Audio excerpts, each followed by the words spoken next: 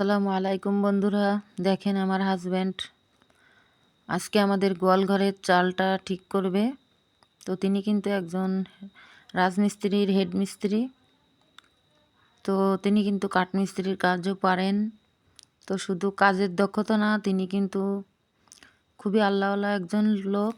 এত কষ্ট হয়ে যায় কাজ করতে করতে, তবুও কিন্তু যখন আজান শোনা যায়, শুনতে পায় আজান, যখন কানে আজানের আওয়াজ যায় তার, তখনই যে কাজের ভিতরে থাকুক না কেন সেই কাজ কিন্তু তিনি ফেলে রেখে আল্লাহর ইবাদত করতে, যে কাপড় পরা থাকেন ওই অবস্থাতে উজু বানিয়ে নামাজটা পড়ে নেন।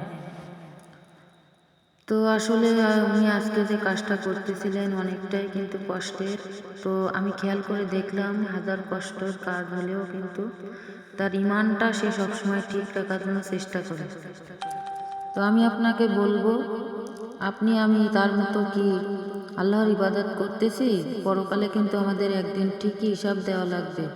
তো বন্ধুরা, আমরা শুধু নিজেদের দুনিয়ার কাজ না করে আসুন আমরা পরকাল ও আখিরাতের কাজও করি, কারণ সেইখানে কিন্তু আমাদের একদিন হিসাব দেওয়াই লাগবে।